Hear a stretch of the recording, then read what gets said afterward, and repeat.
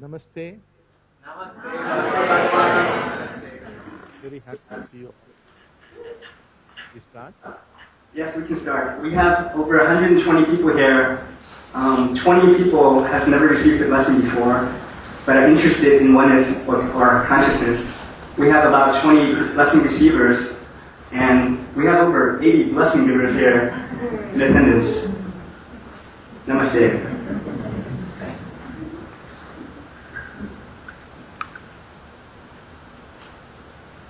Would you like me to ask your questions? Yes, you could ask the first question. Bhagavan, the first question is, how would you explain the oneness blessing to someone who's never heard of the oneness blessing? Who is Amma Bhagavan, and what is the oneness blessing? The oneness blessing is the divine trying to reach out to man through the blessing. The divine needs sometimes an intermediary to reach out to people. So the one who has been initiated becomes a vehicle, and the divine operates through him to reach out to people. Now sometimes the blessing giver can fully be aware of what is happening. Sometimes he might not be aware.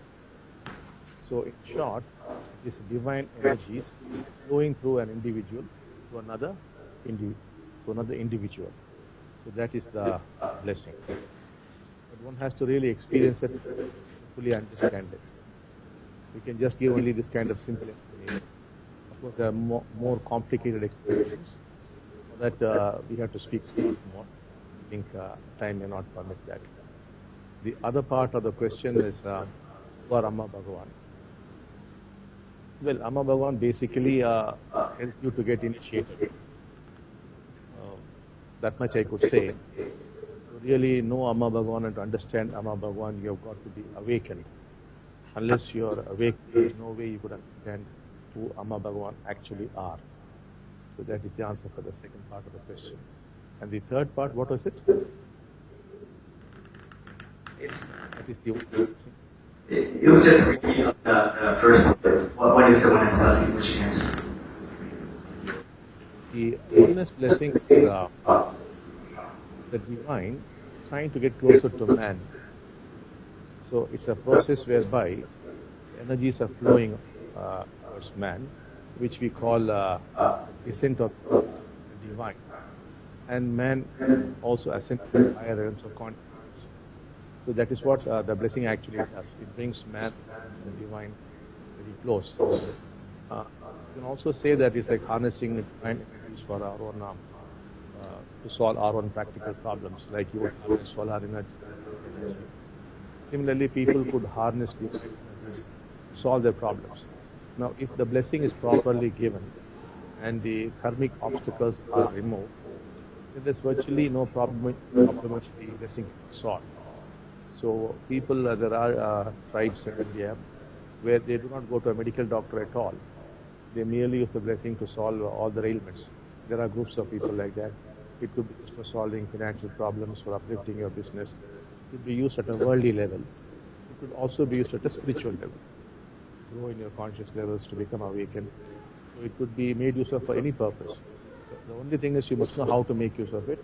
And what is not known best is to discover the unique blocks and remove them.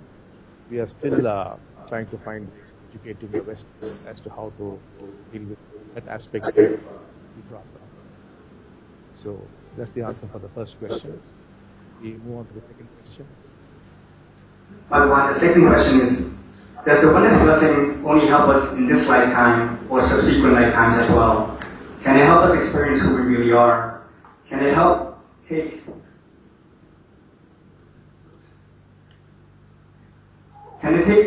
help take us out of this cycle of birth and death?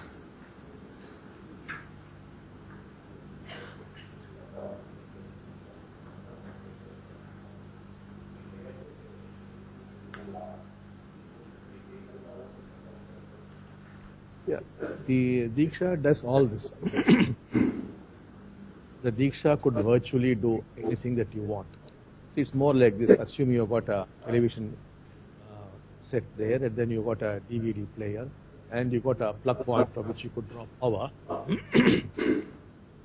Now, you could insert any DVD into the DVD player. It could be the teachings of Christ, it could be the teachings of Buddha or of Ramana Maharishi or anybody's teachings.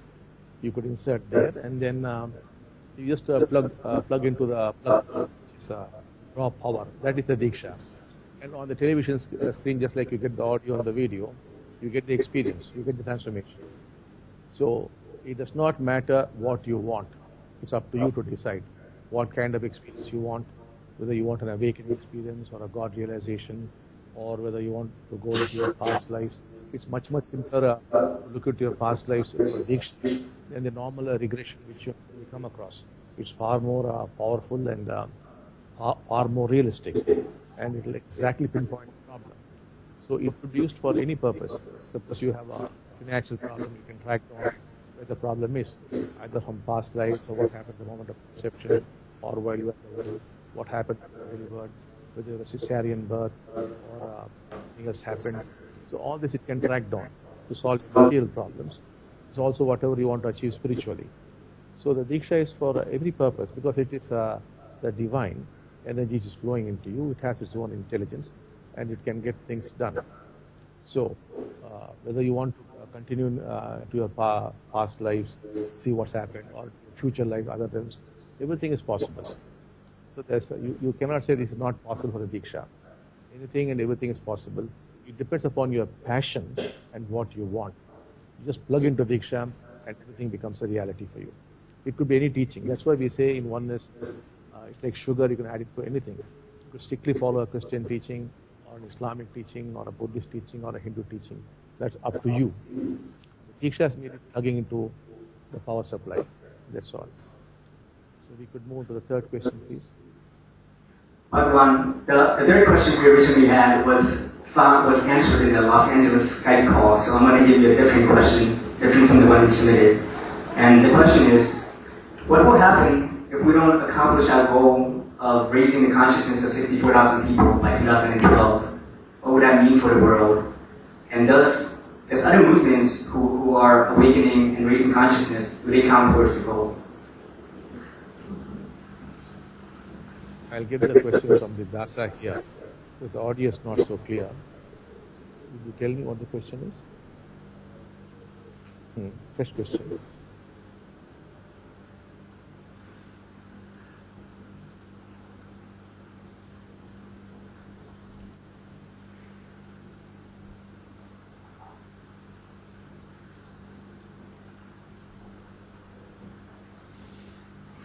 We are waiting for the question on the screen.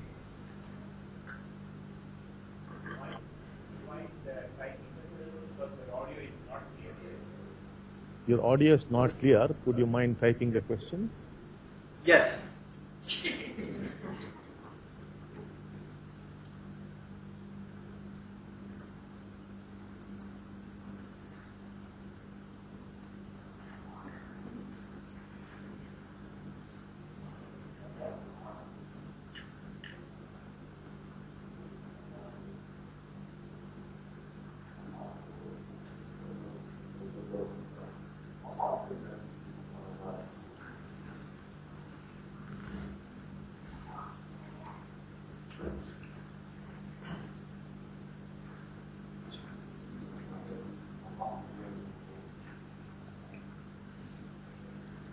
In 2012, it's a phenomenon.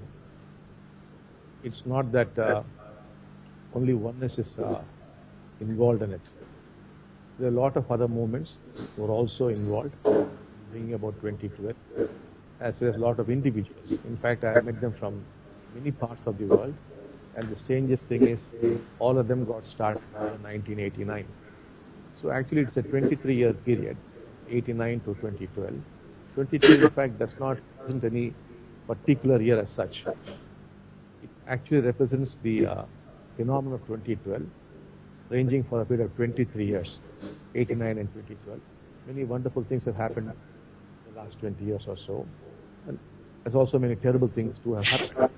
So we are in the midst of 2012, In India, we understand this as the dying of the old and the birth of the new. The old age is supposed to be fading away, and the new age is taking birth, and both are happening concurrently.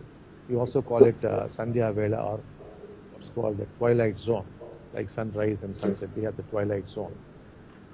Now, assume all of us put together we fail, then what could happen is we could probably move towards ultimate disaster and the missing out of a great opportunity. But in case we succeed, it means that humanity would move into another dimension where we could say it would be heaven on earth. Now, what that means is not that the physical world is going to change, but the way you're going to perceive things is going to definitely change. So heaven is only in the way you perceive things, not in the actual reality. So this change of perception is what we call the oneness age. But as a result of that, there would also be a lot of physical rearrangement and the physical changes, which we could call the golden age. So this is a great opportunity for mankind to leap into the next age. And as of now, we cannot be very sure it is going to happen, nor can we say it is not going to happen. I would say yes, maybe not. So we have to wait and see, but that doesn't mean we keep quiet. We should put our best foot forward and do all that we possibly do. So right now, my feeling is we have survived many problems and many attacks in the last 20 years or so. Hopefully, we'll be able to help out. And of course, there are other movements also. And some of the movements have already faded out because they could not withstand the attacks launched against them. We have been managing to survive. Let's hope for the best. So that's the answer for the third question. Since we have finished the questions rather fast, could we move to a longer meditation of 5 or 6 minutes? Yes, that would be great. We'll start.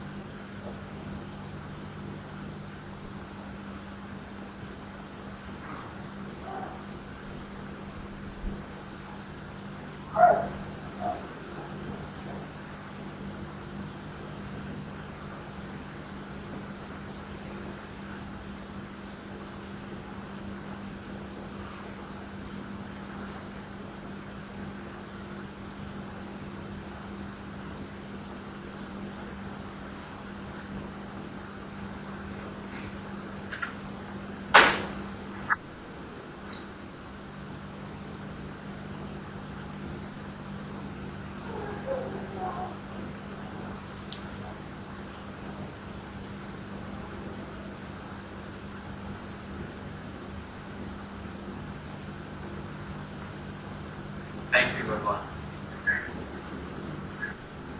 Love you all. Namaste. Bhagavan. Thank you, Bhagavan.